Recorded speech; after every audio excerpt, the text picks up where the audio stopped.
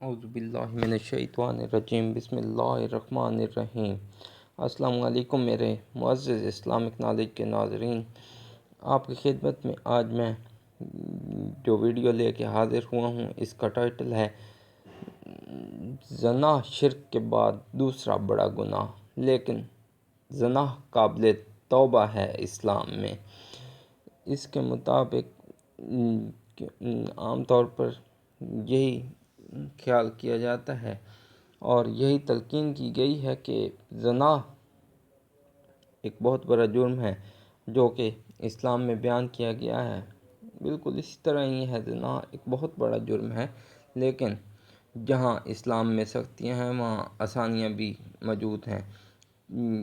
حضور اکرم صلی اللہ علیہ وسلم نے ایک دفعہ یہ بھی فرمایا ہے کہ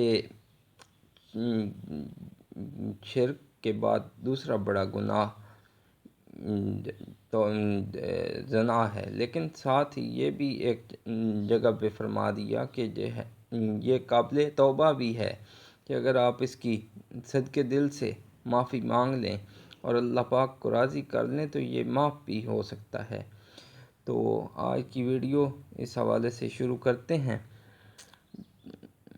سب سے پہلے سورۃ النساء کی آیت کا حوالہ دے رہا ہوں۔ حرام ہیں تم پر مائیں تمہاری، بیٹیاں تمہاری، بہنیں تمہاری، پھوپھیاں تمہاری، خالائیں تمہاری، بھتیجیاں تمہاری، بھانجیاں تمہاری، بے شک اللہ جاننے والا حکمت والا ہے۔ یعنی اللہ تعالیٰ نے خونی رشتوں کے بارے میں فرمایا ہے کہ ان کے ساتھ یہ آپ پر حرام ہیں، یہ آپ ان کے ساتھ کسی قسم کا جنسی تعلق نہیں رکھ سکتے۔ اسی طرح ایک اور موقع پر سورۃ نور میں اللہ تعالیٰ فرماتے ہیں کہ زنا ایک بہت بڑا جرم ہے جس کی اگر شادی شدہ کرے تو پھر بھی سزا ہے، اور اگر بغیر شادی شدہ کرتا ہے تو اس کی بھی بدترین سزا ہے۔ تو ایک سورۃ نور کی آیت نمبر 2 ہے،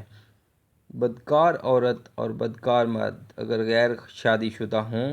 تو ان دونوں میں سے ہر ایک کو شرائط حد کے ساتھ جرم زنا کے ثابت ہو چکنے پر 100 کوڑے مارو، جبکہ شادی شدہ مرد و عورت کی بدکاری پر سزا رجم ہے اور یہ سزائے موت ہے، اور تمہیں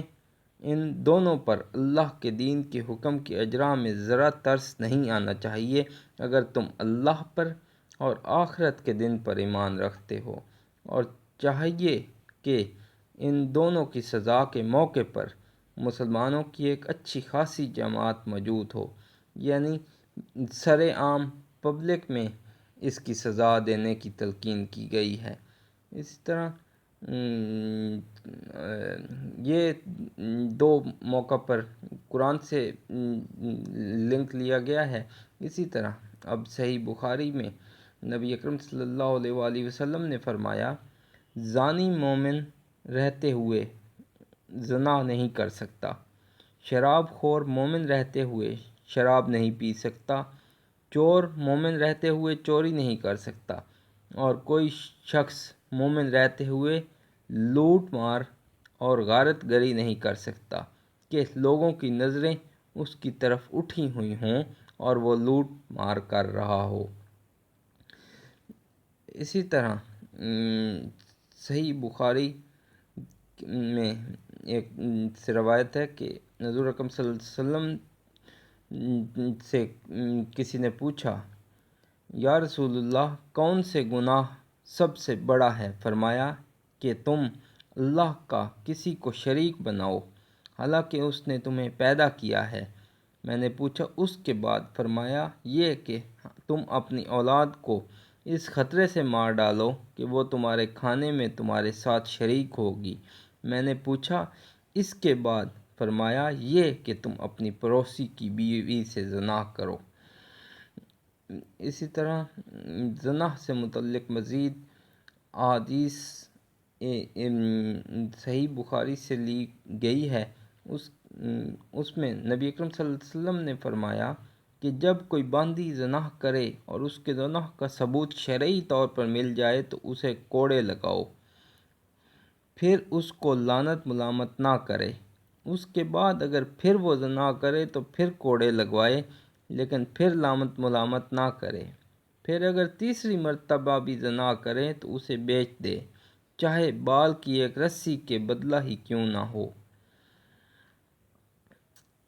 اس طرح پھر ایک اور حدیث میں حضور پاک صلی اللہ علیہ وسلم یہ بیان کرتے ہیں کہ جب قیامت نزدیک ہوگی تو عورتوں کا غلبہ ہوگا اور عورتوں کا زنا بھی عام ہوگا، یہ تمام برائیاں بکثرت ہوں گی۔ اس حوالے سے حضور پاک صلی اللہ علیہ وسلم نے فرمایا، جو میرے بعد تم میں سے کوئی نہیں، رسول اکرم صلی اللہ علیہ وسلم نے فرمایا کہ علامات قیامت میں سے یہ ہے کہ علم دین کم ہو جائے گا، جہل ظاہر ہو جائے گا، زنا بکثرت ہوگا، عورتیں بڑھ جائیں گی اور مرد کم ہو جائیں گے، حتیٰ کہ 50 عورتوں کا نگران صرف ایک مرد رہ جائے گا۔ اسی طرح جہاں زنا کو ایک بڑا گناہ قرار دیا گیا ہے اور اس کو بارے میں بتایا گیا ہے کہ اس کی سخت ترین سزا ہے، مطلب شادی شدہ اگر مرد یا عورت کوئی کرتا ہے تو اس کی سزائے موت اس کی سزا قرار دی گئی ہے، اور اگر کوئی غیر شادی شدہ کرتا ہے تو اس کو 100 کوڑے مارنے کی سزا دی گئی ہے۔ وہیں نبی اکرم صلی اللہ علیہ وآلہ وسلم ایک جگہ پہ فرماتے ہیں کہ زنا کرنے والا جب زنا کرتا ہے تب وہ مومن نہیں رہتا، وہ چور جب چوری کرتا ہے تو مومن نہیں رہتا، جب شراب پیتا ہے تب وہ مومن نہیں رہتا۔ پھر ان سب آدمیوں کے لیے توبہ کا دروازہ بہرحال کھلا ہوا ہے، لیکن مطلب یہ ہے کہ جب ابھی بھی ان کے پاس وقت ہے کہ اگر یہ معافی مانگیں، صدقے دل سے توبہ کریں تو ان کی توبہ قبول کی جا سکتی ہے۔ اسی طرح رسول اکرم صلی اللہ علیہ وسلم نے ایک موقع پر فرمایا، جبرائیل علیہ السلام کہہ گئے ہیں کہ تمہاری امت کا جو آدمی اس حالت میں مرے گا کہ وہ اللہ تعالیٰ کے ساتھ کسی کو شریک نہ ٹھہراتا رہا ہوگا تو وہ جنت میں داخل ہوگا۔ آپ نے فرمایا کہ جہنم میں داخل نہیں ہوگا، خواہ اس نے اپنی زندگی میں زنا کیا ہو، خواہ چوری کی ہو، اور خواہ زنا اور چوری دونوں کرتا ہو۔ یعنی حضور اکرم صلی اللہ علیہ وسلم نے اس حدیث میں اس بات کو بھی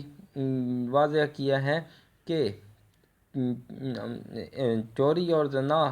گناہ تو بڑے ہیں، لیکن اگر خدا کے ساتھ کسی نے مسلمان نے دوسرے کو شریک نہیں ٹھہرایا تو وہ جنت میں داخل ہوگا اور یہ گناہ قابل معافی ہیں۔ تو یہ تھی آج کی مختصر سی ویڈیو جو میں آپ کی خدمت میں لے کر حاضر ہوا ہوں۔ تو اگر آپ کو یہ ویڈیو میری پسند آئی ہو تو میری ویڈیو کو لائک کریں اور میرے چینل کو سبسکرائب کریں تاکہ اسی طرح کی قرآن و حدیث سے متعلق لی گئی اسلامی ویڈیوز آپ کی خدمت میں پہنچا سکوں اور آپ کے خدمت میں یہ ویڈیوز بر وقت پہنچ سکیں۔ Thank you for watching.